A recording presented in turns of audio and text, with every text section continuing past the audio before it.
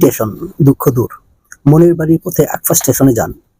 স্টেশনের পাশে রয়েছে ঘন বন। আপনি আস্তে আস্তে বনে প্রবেশ করুন। বিশাল গাছের নিচে বসুন। অবলোকন করুন, আকাশ অন্ধকার হয়ে আছে। মুষলধারে বৃষ্টি শুরু হয়েছে। চারদিক বৃষ্টির শব্দ, পশুর পাখির আওয়াজ।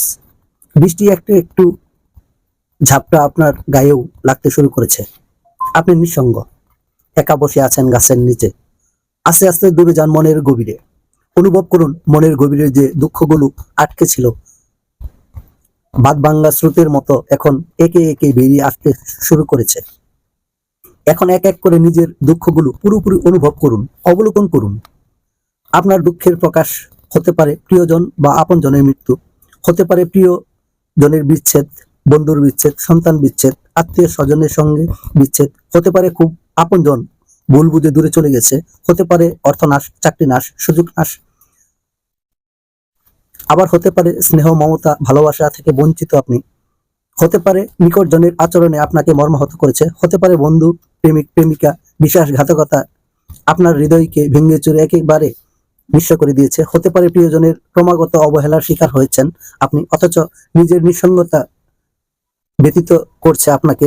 দুঃখ বেদনার কারণেই হোক, এই স্বাভাবিক প্রকাশটাকে সবসময় কান্নায়, আপনার দুঃখের কারণ যাই হোক, আপনি এখন আপনার জমাট বাঁধা দুঃখকে কান্নায় প্রকাশ পেতে দিন। অবলোকন করুন, হৃদয় বিরানু কান্নায় আপনি ভেঙে পড়েছেন। আপনার চোখের অশ্রুধারা গড়িয়ে পড়ছে। আপনার দুঃখের কারণ যদি কারো মৃত্যু হয়ে থাকে, তাহলে আপনি জানেন মৃত্যুকে ঠেকানোর ক্ষমতা আপনার নেই। জীবনের পাশাপাশি মৃত্যু এক চিরন্তন সত্য। আপনার আপনজন চলে গেছেন, আপনি একদিন মারা যাবেন, আমরা সবাই মারা যাব। তাহলে দেখা যাচ্ছে জীবনের মতো মৃত্যু খুব স্বাভাবিক ঘটনা। এই সত্যকে যত সহজভাবে গ্রহণ করবেন, ততই আপনি বেঁচে থাকবেন, নতুন অর্থ খুঁজে পাবেন। আপনি যতই দুঃখ করুন না কেন, প্রিয়জনকে ফিরিয়ে আনতে পারবেন না, বরং আপনার দুঃখ তীব্রতা আপনাকে যারা ভালোবাসে তাদের জীবনকে ভারাক্রান্ত করবে। আর ধর্মের বিশ্বাসী হলে আপনি জানেন দেহ নশ্বর, কিন্তু আত্মা অবিশ্বর। তাই আর আত্মার অশান্তির জন্য নিয়মিত দোয়া, প্রার্থনা ও সৎকর্ম করতে পারেন। এতে তার আত্মার তৃপ্তি পাবে, আর আত্মার তৃপ্তি পেলে আপনিও প্রশান্তি পাবেন। আপনি জানেন মানুষ মারা যায়, কিন্তু তার স্মৃতিকে ধরে রাখা যায়।